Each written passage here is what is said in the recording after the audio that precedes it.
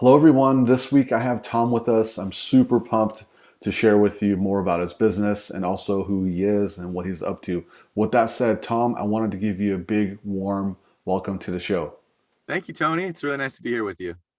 Absolutely. Let's kick it off with a one word open. So, what would that one word be right now that you could share with us that you're feeling before we get started? I think the one word would be pensive, deep in thought. I think we have this incredible opportunity as a business in front of us. I also am just very optimistic around the way that the world is coming together and starting to advance, through COVID and start to come together. And um, from a pensive, to touch on the pensive thought a little bit more, there's just a lot of opportunity and so many different avenues that we can take, right? So energy and focus is fairly finite. So what is the best use of our time? What is the best use of my time every day? That's the question. Outstanding. Let's go right into business. So, if you could take 3 to 5 minutes, Tom, share with us a little about your background, Sure. and then also how you got started with this business and what you're up to now. Okay, great. Yeah, so I studied politics and religious studies in college. The two subjects, as my dad would say, that you can't talk about in polite company. And honestly, social media and Instagram and all of these things that we play into directly now with Coley were actually more distractions than anything in college for me. So what I learned pretty quickly is that we could actually make a career out of that. And there were startups that were really involved in doing really interesting things within this larger ecosystem. So I joined and was very fortunate to join a company called Wildfire Interactive after I graduated, alongside some other Occidental College grads. And they were just an absolute rocket ship. They were so passionate, so smart, and they were just on this amazing like grind together, working like long hours together, building really good relationships. It became an extension, or if not my primary social circle there. But what we were doing at Wildfire was helping brands run Facebook promotions, specifically with the goal of helping them get more followers, whip up engagement, and take advantage of this increasingly growing audience that was spending so much time on the platform. Right. So that company continues its rocket ship trajectory, gets acquired by Google. I never would have gotten a job at Google had it not been for that acquisition. But what that gave me the opportunity to do was spend another 2.5 years or so amongst just really smart people, getting to know the way that they thought about business challenges, working closely with our customers to help them address like major challenges for their business and growth opportunities. So fast forward just a couple years from there, I joined this company called Pecora in Silicon Valley that was very focused on this idea of user generated content. So one of the earliest players there, but user generated content in that context was photos, sometimes videos that real people were taking on a brand's behalf. So an example would be I take a picture of my Reeboks, I hashtag Reebok, and we would help Reebok identify that photo, get rights to it, and then put it to use. And what we started to find, and this very much helped to shape the founding story of Coley, was that content that was created by real people that was done almost like on a whim, just like, hey, I'm passionate about this product. I'm going to create some content. I'm going to post it on Instagram. I'm going to post it on my Pinterest. Like that type of content from real people, oftentimes just shot on a smartphone, really had the ability to help brands connect with consumers, add like this authenticity, layer to the brand to consumer relationship. And in particular, when consumers were thinking about making a purchase from a brand, you understand how the buying process works now. It's not I have a need, I'm going to go buy something. It's I'm going to be introduced to the brand, sometimes by a friend, but I'm going to revisit the website like 4 or 5 times. Then I'm going to read reviews. Then I'm still going to ask some people. And then, finally, if I feel like the brand gets me, the cause might really align with my personal ethos, whatever it might be, but I'm going to take that lunge and make that first purchase. So what we found is that authentic content created externally, not overseen by the marketing team directly, was really catalyzing some great performance from a conversion standpoint, from a lifetime value standpoint. Again, when it comes to that brand to consumer relationship. But as my co-founder Eric and I experienced so closely or so intimately at Pecora, there were a lot of problems involved with the way that we were helping brands gather that user-generated content. There was insufficient assets for smaller brands, way too many for bigger brands. There were timing issues, there were quality issues, there were legalities that we had a tough time navigating. So basically, fast forward a couple years to that company being acquired, we were just like having a beer after it all happened, and it was part celebratory, but it was part like, hey, what's next for us? Um, and we both had this really aligned worldview, and we knew that we had complementary skill sets, but we really knew that we had a worldview that aligned, and we knew that this content was going to become more important, more central to brands strategies as far as acquiring and building consumer relationships. So we see the rise of the influencer space as like the answer to all of our prayers. We see influencers as branded content creators, not as individuals who had a lot of personal clout or could rack up likes or engagement rates. We saw them as the answer to all of our prayers while we were experiencing these headwinds and shortcomings while we were at Pecora. So we create this marketplace that helps brands generate the assets that they need to get all the time, that constant steady flow from a variety of diverse individuals that then helps, fuel their ad performance, their testing across email, sometimes even their website, their social media, their SMS messages. Like brands certainly need more content than they've ever needed at any other time in history. And to help them actually meet those challenges head on, by turning to external, highly vetted individuals to get them the content that they need, that's been the sort of core thesis and crux of why we've been able to build a really great business. That is really cool. I love it. Can you share with us a recent win that you've experienced, and what was your takeaway from that, Tom? Yeah. We've been fortunate to have a number of wins as of late. I am extremely lucky to have just a very talented team around me, and awesome leaders who are extremely competent and are great at hiring, great at building culture, et cetera. But recent win is yeah, our $5 million financing that we just recently announced. It was a round that was led by inside investors, and yeah, just a great cohort of individuals and institutions. The idea behind the capital raise is to continue to do more around growing out the team, advertising, and more than anything, it's to build out our integrations ecosystem so that we can connect the content that we generate with our clients like core marketing tools. So think about the marketing stack. It might include their ad partner, their email partner, their SMS tool, whatever it might be, their publishing software.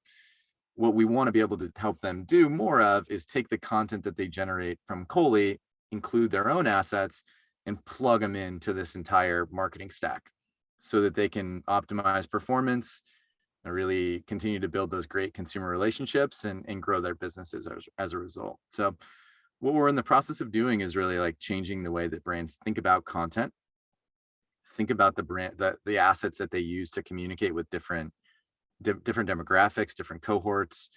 Brings in like the personalization component. How can I serve something different to Tony that I might serve to Tom, based on our interest demographic, whatever it might be.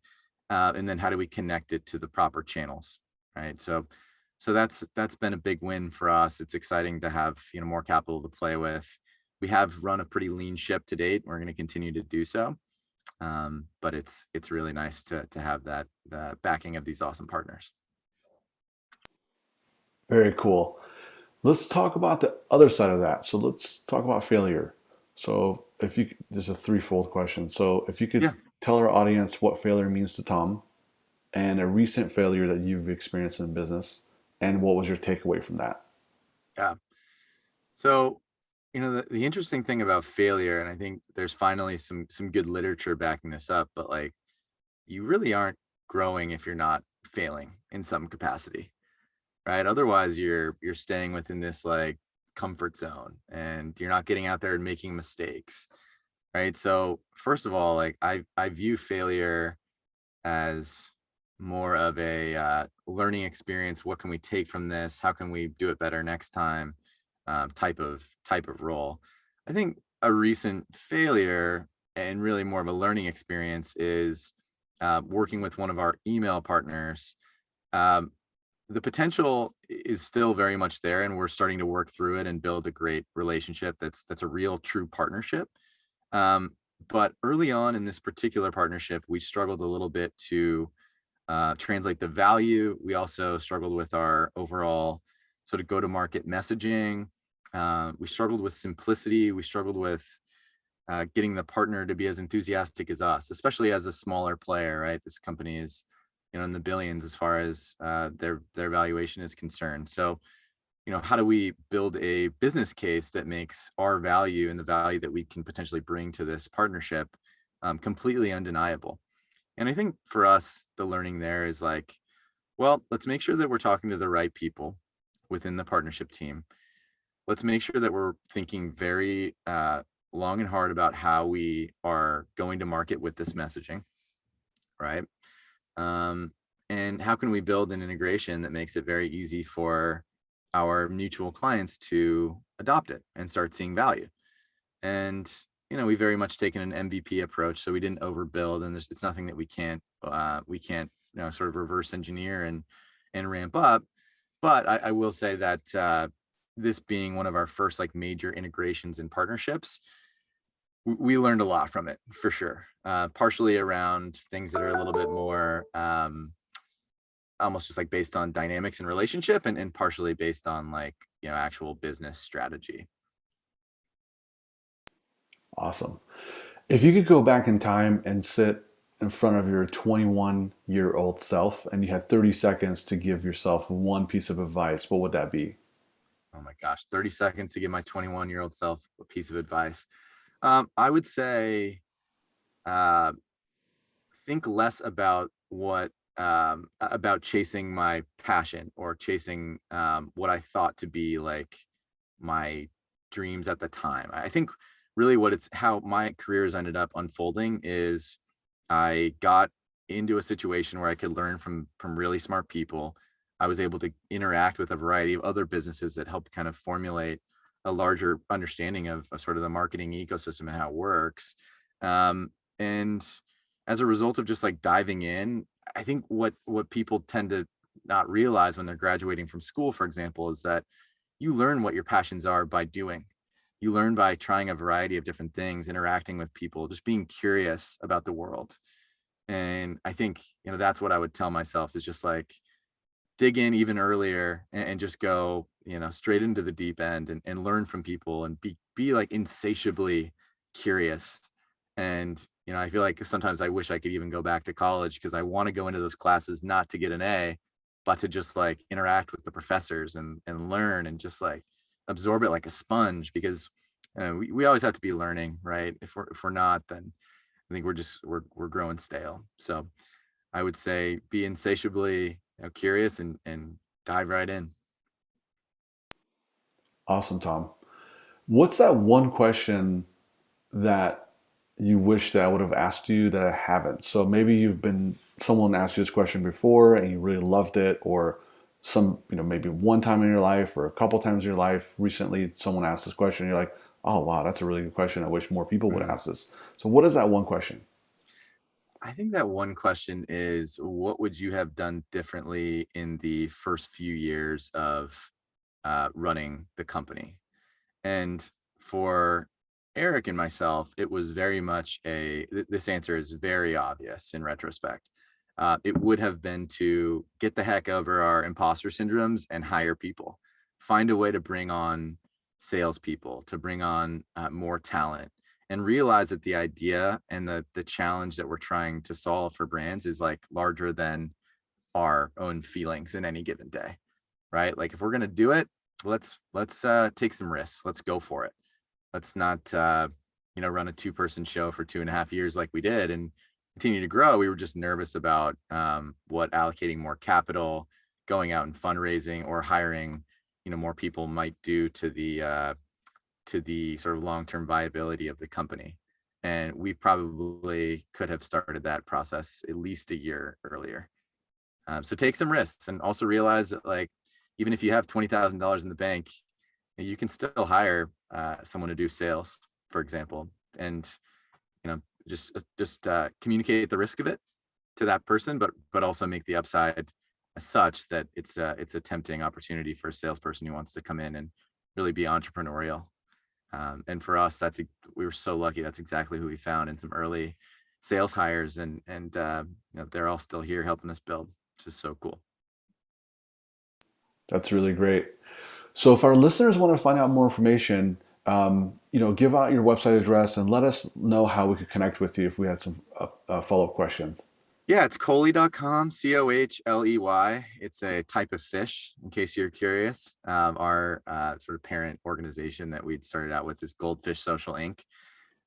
So we have a variety of fish themes around here, including a small little fish tank in the office. We need to get a more impressive one. But Cohley.com, email me directly, Tom@Cohley.com. Text me 805-403-2556. Check us out. Get in touch. Would love to chat with anyone and everyone. Awesome. Really appreciate that. So here we are at the end. What's the one word close that you could sign us off with and why? Oh gosh. Well, I think particularly for uh, entrepreneurs listening to this, or individuals who are just curious about um, learning more about how businesses work and whatnot, I would say it goes back to that insatiable curiosity. So I can hyphenate it if you need it to be one word, but just be curious. Like, I think when my career took a turn, I was about 27 years old, and I just had the good fortune of being around people who are starting businesses, who are excelling in their careers. And I just started, like, consuming every piece of content that I could possibly consume.